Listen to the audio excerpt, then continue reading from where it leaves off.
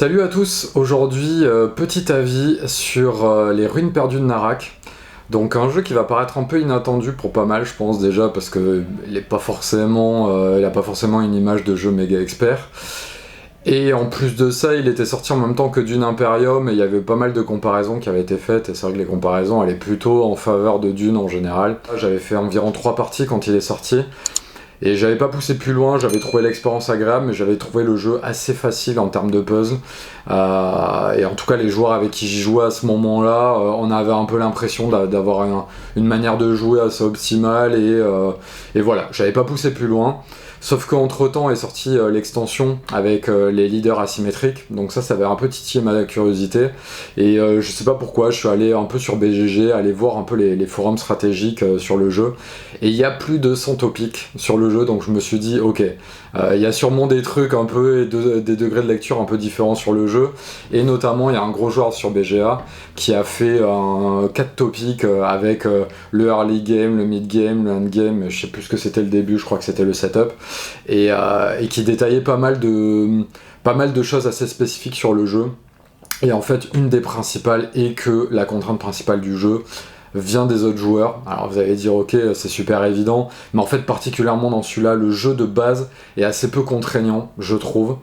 Et on fait un peu vite ce qu'on veut, et surtout quand on est vraiment meilleur que ses adversaires, on gratte un peu tous les bonus, et on a toujours une avance de tempo qui fait qu'on a une impression d'un peu pouvoir faire tout ce qu'on veut. Surtout sur le jeu de base.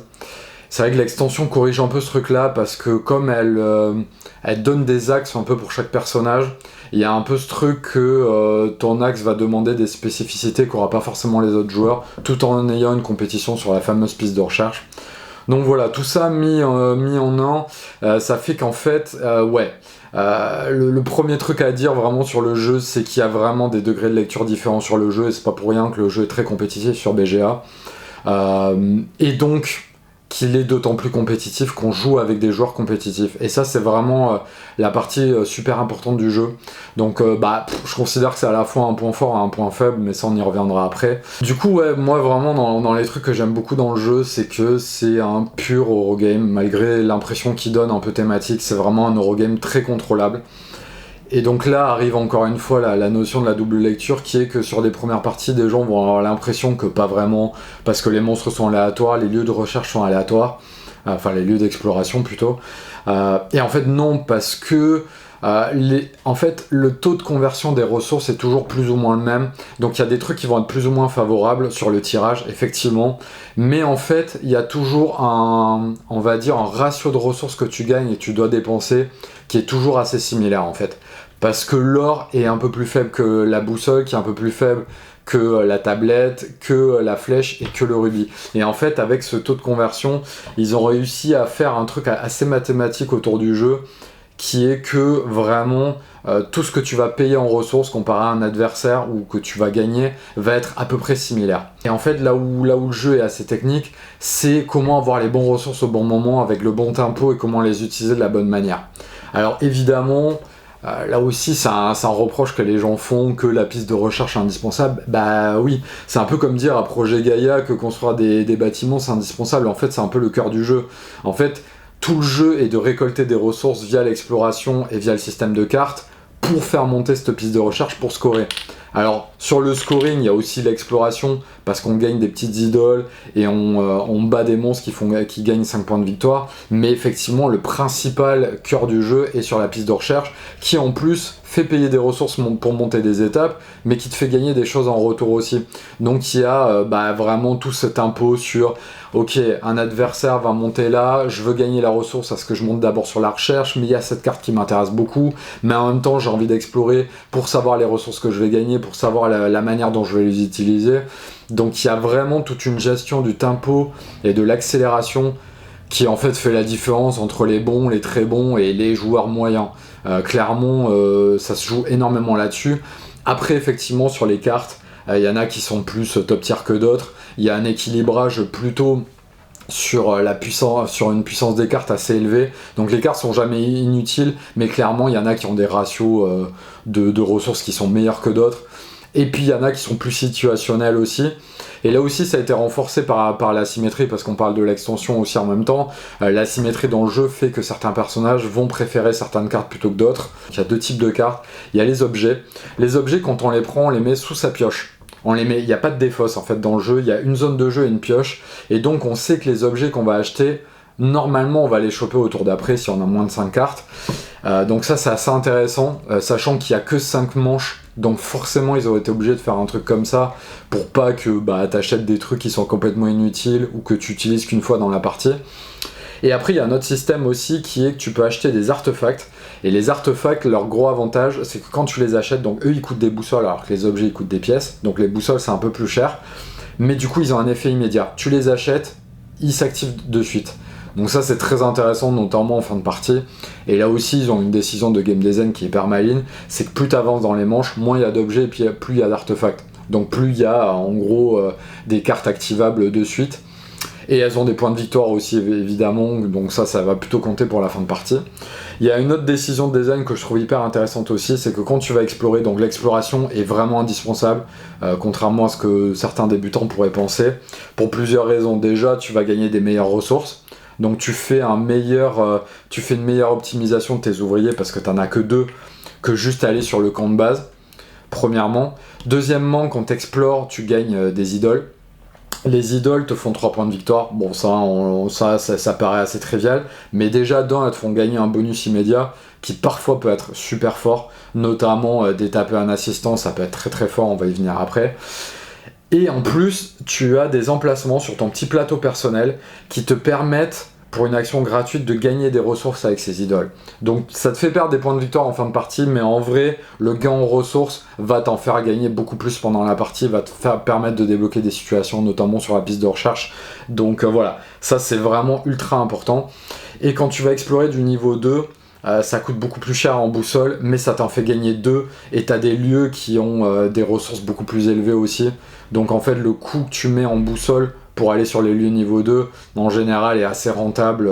Il y a un autre truc aussi, c'est que quand tu vas explorer, au lieu d'utiliser des bots de base que tu as sur tes cartes peur, par exemple, qui te servent à rien de base, qui sont tes cartes qui pourrissent un peu ton deck, tu vas devoir payer des voitures ou des bateaux, voire même des avions, l'avion étant un peu le déplacement de Joker. Ce qu'il faut savoir aussi, c'est que le timing des explorations peut être assez important, notamment sur un timing d'exploration niveau 2, parce que quand tu vas explorer niveau 2, tu dois payer 6 boussoles, donc c'est cher. Tu gagnes 2 idoles avec un petit bonus, donc ça c'est bien, et puis comme je vous ai dit, ça permet de gagner d'autres ressources.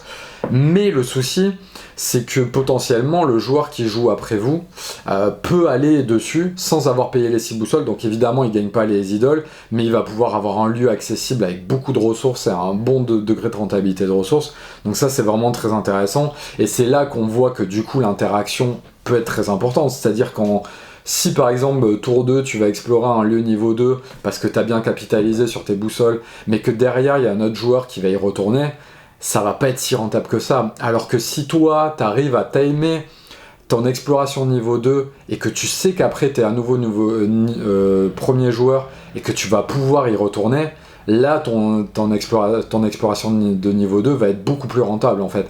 Et c'est ce genre de timing qu'il faut calculer dans le jeu et qui est super important en fait. Genre tour 2, tu vas explorer un lieu niveau 2 et tu peux pas y retourner après parce que quelqu'un d'autre va y aller avant toi. En général, ça va pas être très bien parce qu'en début de partie, cet afflux de ressources va être vraiment hyper important. Pareil, sur les gardiens, donc quand tu explores un lieu, t'as un gardien qui arrive, une espèce de monstre à battre. Si tu le bats pas, tu gagnes une peur. C'est pas dramatique parce que la peur te permet quand même d'aller sur les cases où il y a des bots. Mais le problème, c'est que quelqu'un d'autre qui retourne et qui bat le monstre, en vrai, lui, il va faire 5 points de victoire et toi, t'en perds 5 en fait. Donc en fait, ça peut créer potentiellement des différentiels. Et d'ailleurs, sur une partie, j'ai un peu fait cette erreur. Parce qu'en fait, on a l'impression qu'on gagne que 5 points, mais en fait, on en gagne 5, mais on en donne potentiellement 5 aux adversaires aussi. Donc en fait, ça se joue sur un différentiel de 10, et en fait, les gardiens sont quand même super importants. Donc après, ça peut être intéressant des fois de pas les battre, parce que ça demande quand même souvent des ressources, mais si tu prends une belle avance sur la piste de recherche, ça peut être un calcul intéressant. Mais si c'est pour pas prendre un avantage ailleurs, et que tu le donnes à l'adversaire, ça va vite être problématique. Donc voilà, pareil sur le marché des cartes, il va y avoir un peu comme dans Dune Imperium, la bataille à la carte top tier. En fait, le gros avantage, je trouve, c'est qu'effectivement, il y a pas mal de cartes top tier et de cartes fortes. Mais en fait, comme il y en a beaucoup, et qu'il y en a certaines qui vont être meilleures selon ton personnage, au final, ça s'équilibre un peu comme ça. Ensuite, l'extension. Donc, quels sont les points forts et qu'est-ce qu'amène réellement l'extension? Donc, évidemment, tout le monde a parlé de la symétrie. Donc, évidemment, c'est le module principal. Donc là, il y a 6 persos. C'est pas tant que ça, mais leur asymétrie est vraiment très bien pensée et relativement équilibrée. Je le dis relativement parce qu'en vrai, il y a quand même quelques personnages qui sont plus stables que d'autres. Donc, il y a le capitaine qui a un 3e ouvrier, c'est le plus simple à jouer. T'as la fauconnière qui est pour moi un des persos les plus forts et plus stables, qui a un faucon qui avance et qui va permettre pour une action quasi gratuite d'aller activer un lieu niveau 1 ou un lieu niveau 2. Donc ça, c'est vraiment très fort. Et son avantage, en fait, c'est qu'on peut avancer le faucon en retournant des gardiens. Donc le but est vraiment d'aller explorer très tôt et de battre des gardiens pour pouvoir faire avancer son faucon, pour pouvoir activer les lieux. Donc voilà, vraiment très fort. Après, t'as la baronne qui permet, elle a une carte qui permet de récupérer un objet par tour directement dans la main au lieu de sous la pioche. Donc ça permet vraiment d'avoir des gros boosts de début de partie. Donc elle, là où elle peut être instable, c'est que tu as vraiment besoin d'avoir 1 ou 2 objets très forts en début de partie pour pouvoir lui permettre d'avancer très vite. Après, tu as le professeur qui lui joue sur les artefacts. Donc dès le début, il pioche sur une mallette, il pioche des artefacts auxquels il est le seul à avoir accès. Donc là, pareil, c'est un peu toi et ta chance. T'as quand même envie d'avoir des artefacts très forts qui sortent très tôt pour pouvoir te donner un gros boost. Et ensuite, il y a l'exploratrice, qui est pour moi le perso le plus dur à jouer, qui peut se déplacer plus, mais qui laisse les cases derrière, parce qu'en fait, elle a un seul ouvrier, mais qui va se déplacer partout, en fait, en laissant les cases derrière elle. Donc les autres joueurs vont pouvoir y aller, mais elle peut se déplacer plus. Et après, il y a le mystique, qui est pour moi mon personnage préféré, qui est un perso qui joue avec les peurs. Il a une peur en plus par tour, donc il a une carte de 6 mains. Il a une main de 6 cartes, je n'arrive plus à parler. Il a une main de 6 cartes, donc il pioche 5, il en rajoute une peur par tour. Et en fait, il a toute une mécanique, à chaque fois qu'il exile, il les met sur un bout de son plateau. Et pour une action, il y a un rituel, ça permet d'enlever des cartes pour soit battre un monstre, soit acheter un artefact à moins 3 boussoles. Donc voilà, moi je l'aime vraiment beaucoup. Et en plus de ça, ce qu'ils ont rajouté, parce que là, vous dites, les personnages sont quand même plus forts. Ouais, surtout, ce que j'ai pas dit aussi, c'est que chaque personnage a une main de 4 cartes différentes aussi. Donc ça permet encore de renforcer la symétrie, de la rendre plus intéressante. Et ils ont rajouté 2 pistes recherche, parce que les pistes recherche de base, vu les boosts des personnages asymétriques, seraient vraiment trop faibles. Donc ils ont rajouté 2 pistes un peu plus dures, et qui sont vraiment très agréables pour le coup. Il y en a une où tu as un gardien en plein milieu que tu dois battre pour continuer à avancer, et il y en a une où tu as un artefact, quand tu passes dessus avec ta boussole, ça l'active. Donc l'artefact forcément va être différent à chaque partie. Et moi je les trouve vraiment très intéressantes et très bien équilibrées par rapport à la puissance amenée par les personnages de la symétrie. Donc voilà, là, pour moi, l'extension, elle n'est pas forcément indispensable au sens propre du terme, mais le truc c'est qu'une fois que tu y as goûté, tu peux plus revenir en arrière, tu ne peux jouer qu'avec l'extension en fait, parce qu'elle amène vraiment un côté hyper intéressant au jeu. Et là où elle est d'autant plus intéressante, c'est que évidemment il y a toutes les questions de l'équilibre qui se posent sur des personnages asymétriques. L'avantage c'est qu'ils ont eu les 100 meilleurs joueurs sur BGA qui ont servi de playtest pendant plus d'1 an sur l'extension. Donc forcément ça crée un groupe de playtest qui est hyper intéressant. Et effectivement, même si je trouve qu'il y a des persos plus stables que d'autres, c'est quand même hyper bien équilibré, et il y en a forcément qui vont plus plaire selon la manière dont tu aimes bien jouer sur le jeu. Donc voilà, pour moi l'extension est vraiment indispensable une fois que tu y as goûté, mais tu peux quand même faire pas mal de parties sur le jeu de base. On le voit, hein, même sur BGA, l'extension est toujours pas là, il y a encore des gens qui ont 300, 400, 500 parties sur le jeu. Donc voilà, le jeu en a quand même pas mal dans le ventre. Après, du coup, quels sont les points faibles du jeu ?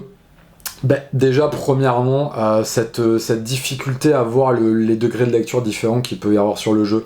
Il y a des gens qui vont avoir l'impression que ce côté un peu aléatoire des explorations et des gardiens est préjudiciable sur un jeu qui a l'air d'être un Eurogame contrôlable. Et en fait, pas du tout, elle est là pour amener du sel. Et le fait que si tu savais tout ce qui allait se passer dans le jeu à l'avance, bah le jeu aurait juste des codes.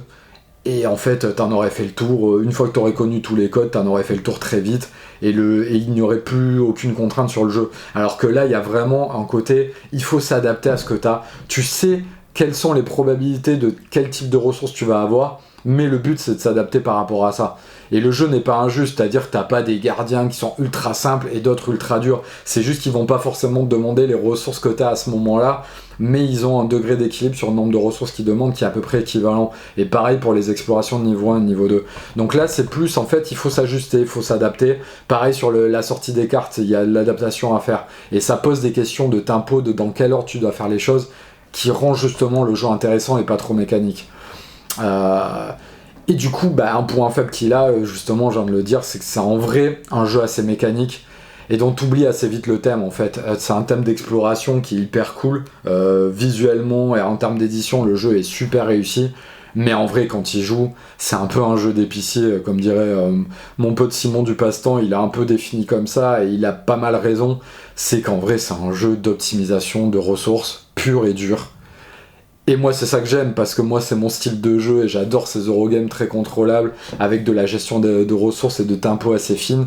Mais il y a des joueurs à qui il va manquer forcément quelque chose, parce qu'en fait, bah, c'est que de l'interaction indirecte, il n'y a aucune interaction directe quasiment. Et moi, c'est ça que j'aime, parce que ça donne un degré de contrôle très élevé au jeu. C'est pas non plus un degré calculatoire extrême, mais en tout cas, c'est très important de savoir bien gérer ses ressources et son deck. Donc voilà. Donc ça peut être vu forcément comme un point faible parce qu'il y a un truc un peu froid dans le jeu. Mais moi qui aime pas les jeux trop froids, je trouve que cette interaction indirecte et ce rythme et ce tempo qu'il y a dans le jeu le rendent quand même pas trop froid justement par rapport à ça. Donc en conclusion, Narak, bah, j'aime beaucoup. J'en ai fait je pense que au mois d'août j'ai dû en faire, j'en ai fait 30 rien que sur le mois d'août alors que j'avais déjà joué avant, mais là j'ai vraiment appris à le réapprécier.